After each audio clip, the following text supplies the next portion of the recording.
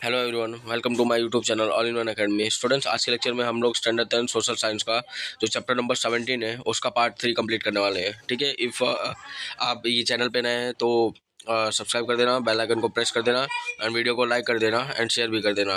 And SS और English के related जो भी आपको लेक्चर्स देखना है तो चैनल के ऊपर अवेलेबल पहले से कर दिया गया है, तो आप वहाँ पे डिस्क्रिप्शन बॉक्स के अंदर जाके प्लेलिस्ट के लिंक से देख सकते हो। हर एक चैप्टर से अवेलेबल है।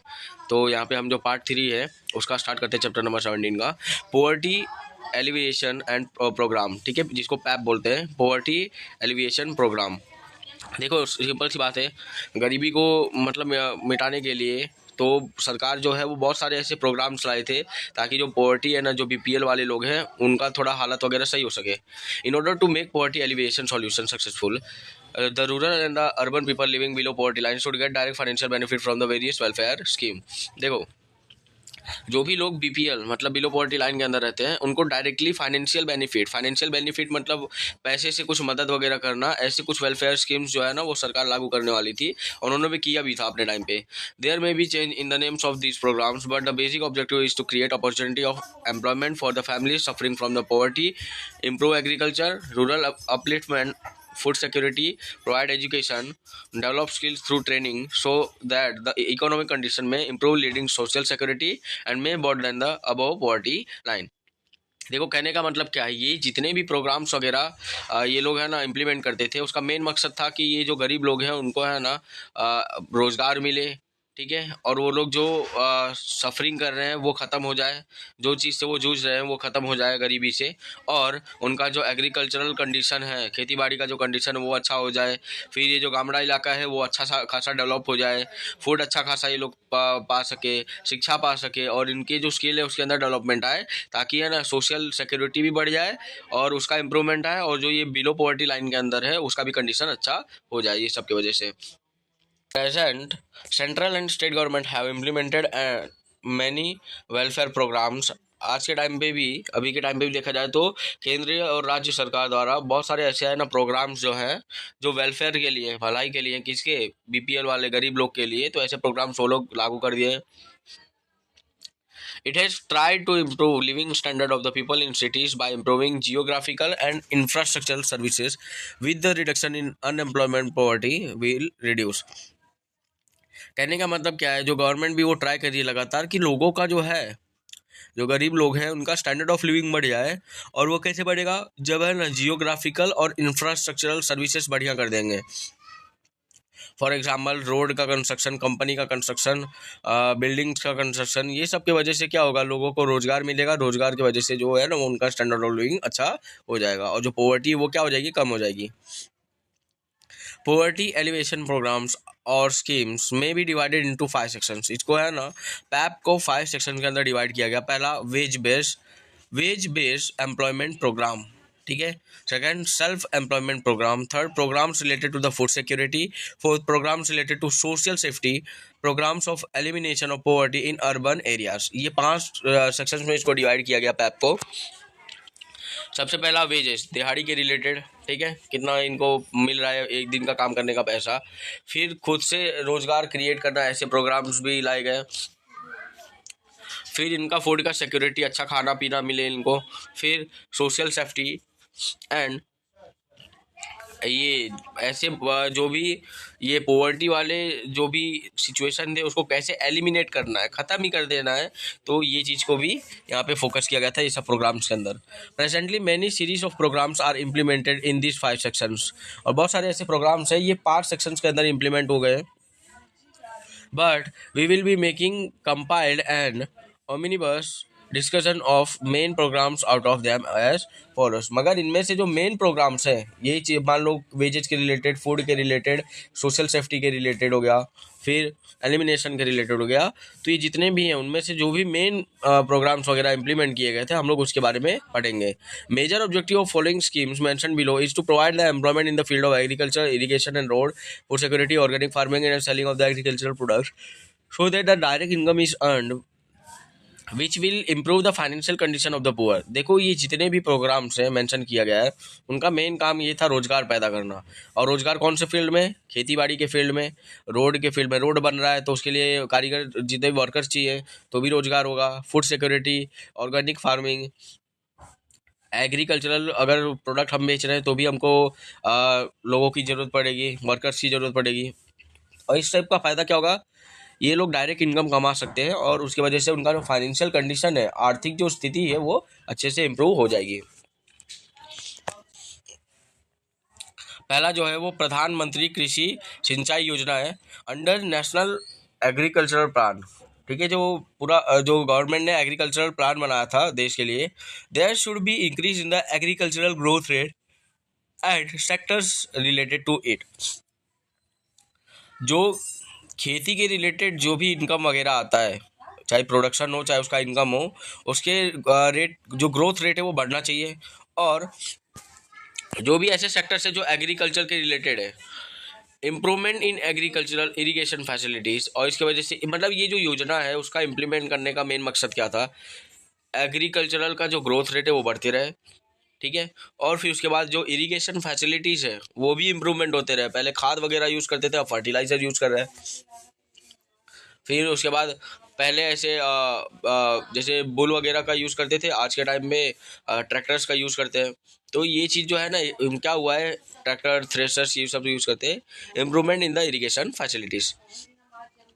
Irrigation facility should reach every part of the agricultural land. Deep irrigation system should be used, along with the construction of small, big, medium-sized check dams to combat water problem. अब देखो यहाँ पे है ना, agriculture के related बात हो रही है, तो ये चीज़ बोला गया है कि जो एग्रीकल्चर की जो फैसिलिटी है वो हर एक जहाँ पे भी खेती बाड़ी होती है वहाँ पे पहुँचना चाहिए। डीप इरीगेशन सिस्टम को भी यूज़ करना चाहिए। फिर उसके बाद छोटे बड़े डैम्स वगैरह बनाना चाहिए ताकि जो वाटर की प्रॉब्लम है सप्लाई का, वो ख़त्म हो जाए। So that every field gets water. और डैम किस लिए बनाएंगे, ताकि जो जितने भी ज़मीनें हैं खेती के लिए वहाँ पे अच्छे से वाटर पहुँच सके। Such type of steps have been taken so that farmers are saved from dangers of agriculture and debt, and they become free from the vicious circle of poverty by providing them employment in order to fulfill their income। ये सब चीज़ किस लिए किया गया, क्यों लागू किया गया, ताकि जो फार्मर्स है उनका है ना, ये जो एग्रीकल्चरल के फील्ड खेती बाड़ी करके जो इनका कर्जा वगैरह है वो कम हो जाए और इनकी इनकम बढ़ने लगे, और ये जो गरीबी रेखा जो है उससे वो लोग बाहर निकल जाए और अपना जो जो भी ज़रूरत है वो उसको पूरा कर ले अपने एग्रीकल्चरल इनकम से। Second, prime minister farm safety insurance plan. अब ये देखो, ये जो प्लान है वो किसके रिलेटेड होगा, इंश्योरेंस के रिलेटेड ही होगा। मान लो कुछ भी अगर नेचुरल हो चाहे मैन मेड कैलेमिटीज आ जाती है जिसकी वजह से फार्मिंग के जो प्रोडक्ट्स वगैरह हैं फार्मर्स के वो डिस्ट्रॉय हो जाते हैं, तो उसके लिए ये इंश्योरेंस वगैरह प्रोवाइड किया गया है। ये प्रोग्राम के अंदर क्या होता है, by improving farm safety insurance plan, farmers are to be help at the time of the natural calamity by providing them economic support. जैसा मैंने बोला कि जो किसान है उनको क्या किया जाता है, आर्थिक मदद वगैरह मिलता है, उसके लिए क्या किया गया था, ये इंश्योरेंस प्लान को स्टार्ट किया गया था। Government started giving bonus at the purchase of the cotton and concession at loss damage of crops. देखो ये मेन लाइन है, अंडरलाइन कर लेना। जो गवर्नमेंट है, सरकार है, वो क्या करने लगी, अगर कोई भी किसान अगर कॉटन खरीद रहा है तो उसको बोनस मिलेगा।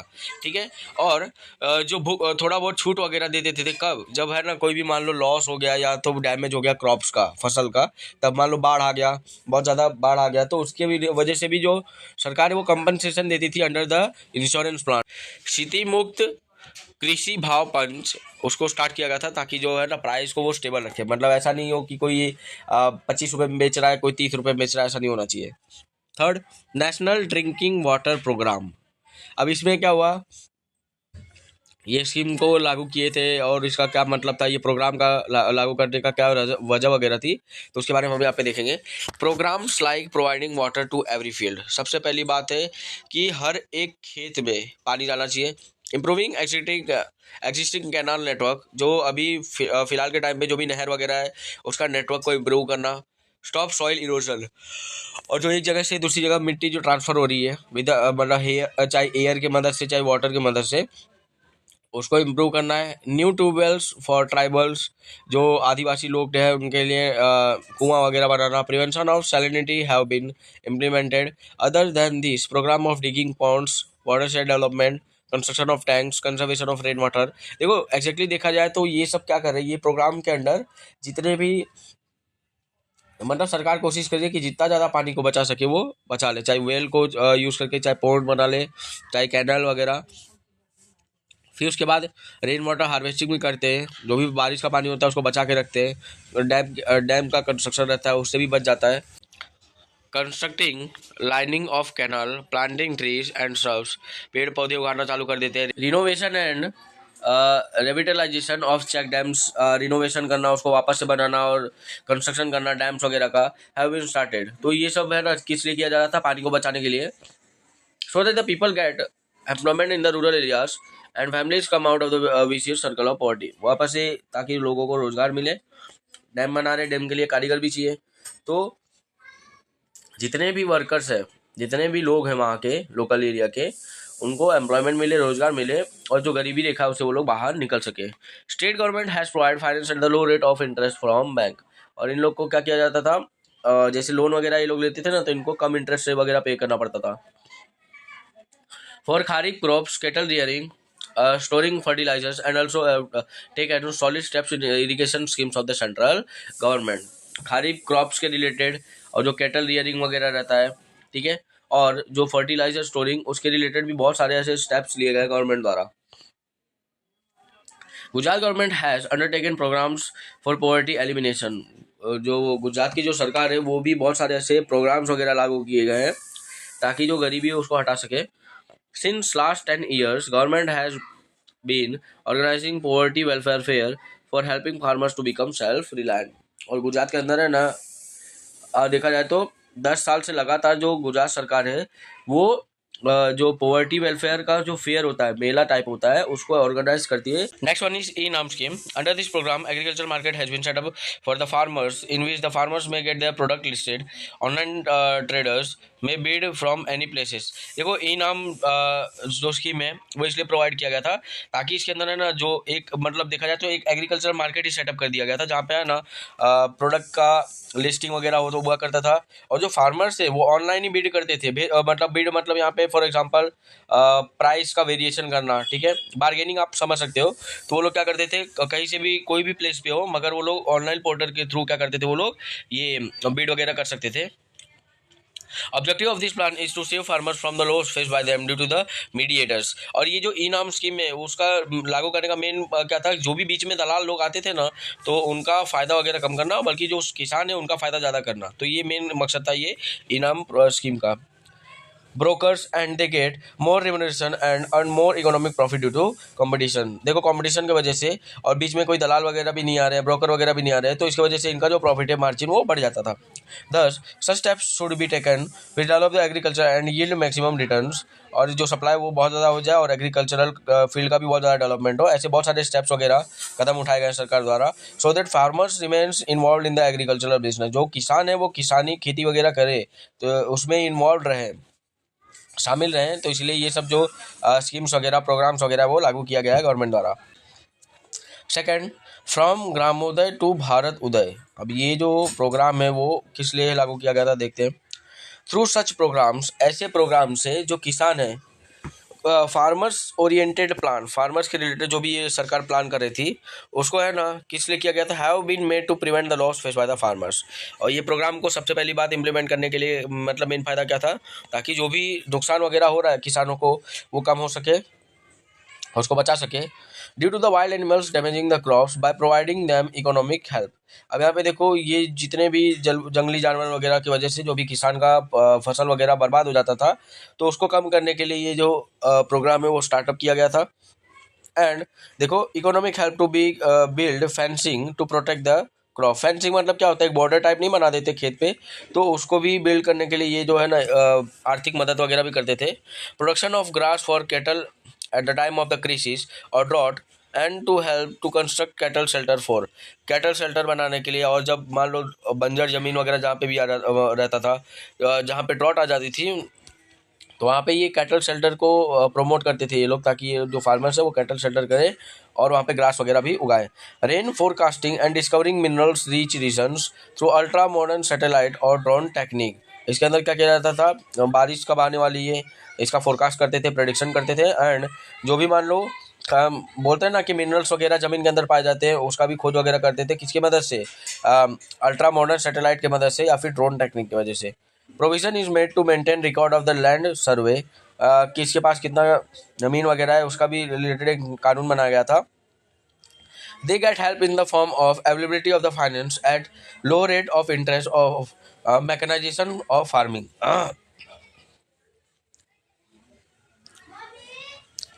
They get help in the form of availability of the finance at low rate of interest for mechanization of farming. देखो कहने का मतलब क्या है, उनको है ना फाइनेंस मिल जाता था, मतलब अगर उनको पैसा चाहिए तो लोन टाइम मिल जाता था, और उनको है ना जो इंटरेस्ट है वो भी कम पे करना पड़ता था।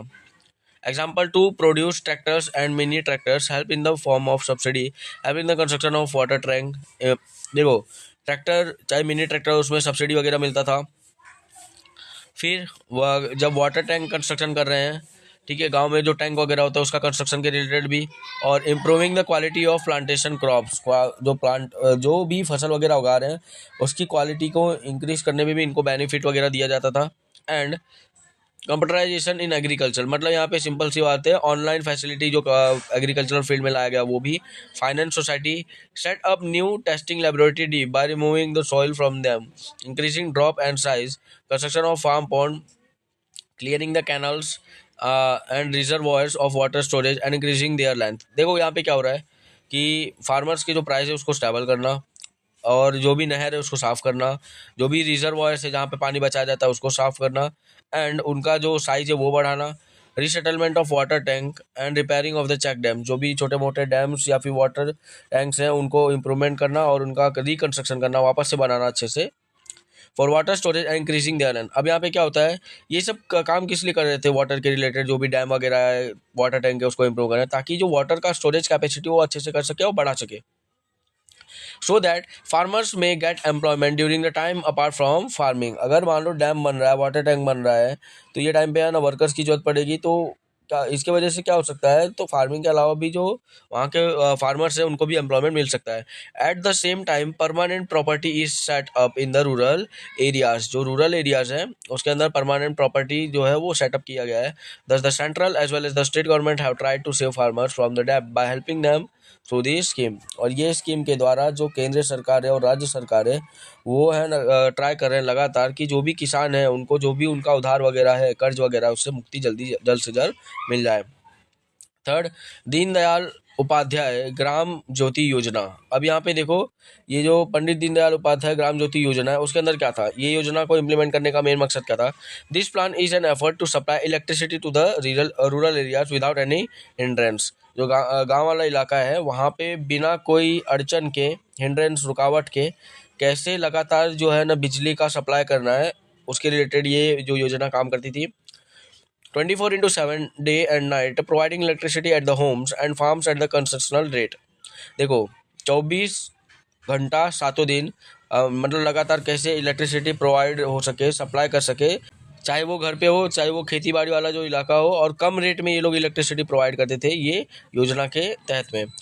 lay down new lines to take electricity facility for 18,000 villages which do not have electricity। अब ये योजना के तहत है ना 18,000 गांव ऐसे हैं जहाँ पे इलेक्ट्रिसिटी नहीं प्रोवाइड हुआ था, वहाँ पे भी ये लोग क्या किए थे, सप्लाई वगैरह किए थे। Setting up new electricity sub stations and helping farmers by providing subsidy to purchase the equipments for agricultural sector. अब यहाँ पे क्या होता था कि ये लोग है ना सब स्टेशन इलेक्ट्रिसिटी का जो भी मान लो पावर हाउस टाइप बनाया करते थे, और जो फार्मर्स हैं उनको भी मदद करते थे कि जो भी एग्रीकल्चर सेक्टर्स के रिलेटेड जो भी इक्विपमेंट्स है उसको खरीदो, हम लोग क्या करेंगे, सब्सिडी आपको देंगे। So that the poor farmers may get a support to increase the income. Subsidy is also provided for the operating electricity through the solar energy and to purchase the solar technical equipments. अगर solar के related या फिर solar technology वो जो किसान use करते हैं तो उनको क्या मिलेगा, उनकी जो इनकम है वो भी इंक्रीज हो जाएगी, ऊपर से उनको सब्सिडी वगैरह भी अच्छा खासा मिलेगा।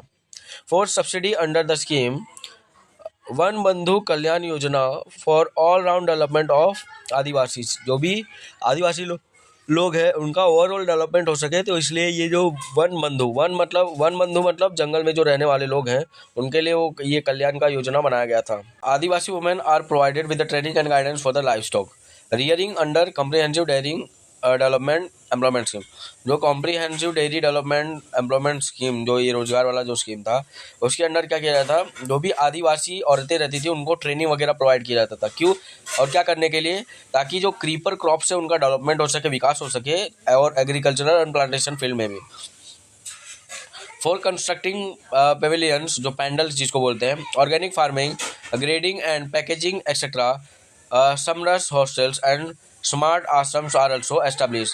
और इसकी वजह से हॉस्टल्स और आश्रम वगैरह भी एस्टेब्लिश किया गया था, जहाँ पे वुमेन को भी क्या किया जाता था, ट्रेनिंग वगैरह मिलता करता था, ताकि जो क्रीपर प्लांट्स वगैरह, क्रॉप्स वगैरह, उसका प्लांटेशन वगैरह अच्छे से ये लोग कर सके। Next one is encouragement to organic farming.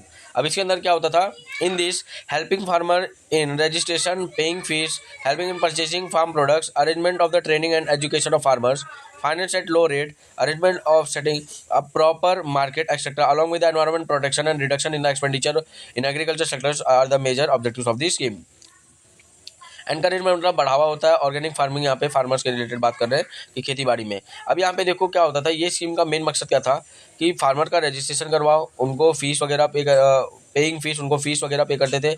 और यहाँ पे जब रजिस्ट्रेशन कर रहे हैं तो क्या करें, ये लोग है ना, जो भी प्रोडक्ट वगैरह उसको परचेज करें, फिर इनको ट्रेनिंग और एजुकेशन वगैरह प्रोवाइड किया जाता था किसान वगैरह को, और फिर उनको लोन वगैरह भी है ना कम रेट पे दिया जाता था। और वो एक प्रॉपर एग्रीकल्चरल मार्केट वगैरह सेटअप करने में ये जो स्कीम है उसका भी एक अहम भूमि थी। और पर्यावरण का जो बचाना, प्रोटेक्शन, और फिर जो भी एग्रीकल्चर के रिलेटेड जो भी एक्सपेंडिचर है उसको कम करना, यही सब जो है ना मेन लक्ष्य था ये स्कीम का। Next, chief minister village road scheme. अब यहाँ पे देखो जो मुख्यमंत्री हैं उनका गांव के सड़क के रिलेटेड जो भी स्कीम है ये पास किया गया था। Under this planning is done regarding the work related to the roads, सड़कों के रिलेटेड काम कैसे क्या करना है उसके रिलेटेड ये स्कीम पास किया गया था। Village panchayat were help to connect villages with another through roads and highways. एक गांव और दूसरे गांव कनेक्ट होते थे किसके मदद से, सड़क के मदद से और हाईवे की मदद से। Programmes like construction of toilets are implemented, और यहाँ पे क्या किया गया कि टॉयलेट्स, हर घर पे टॉयलेट्स वगैरह भी बनेंगे, तो ऐसा ये प्रोग्राम वगैरह स्टार्ट किया गया था ये इसके तहत।